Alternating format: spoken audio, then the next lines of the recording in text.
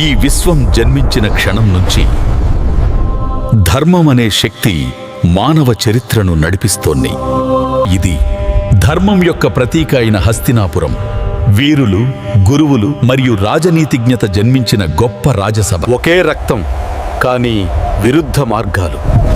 ధర్మం ఒకవైపు, అధర్మం మరోవైపు. యుగాలు మారినా ధర్మం తడబడిన ప్రతిసారి ఆయన అవతరిస్తాడు. అన్యాయానికి అంచు దాటిన క్షణం ఒక స్త్రీ కన్నీరు యుద్ధానికి నాంది పలికింది.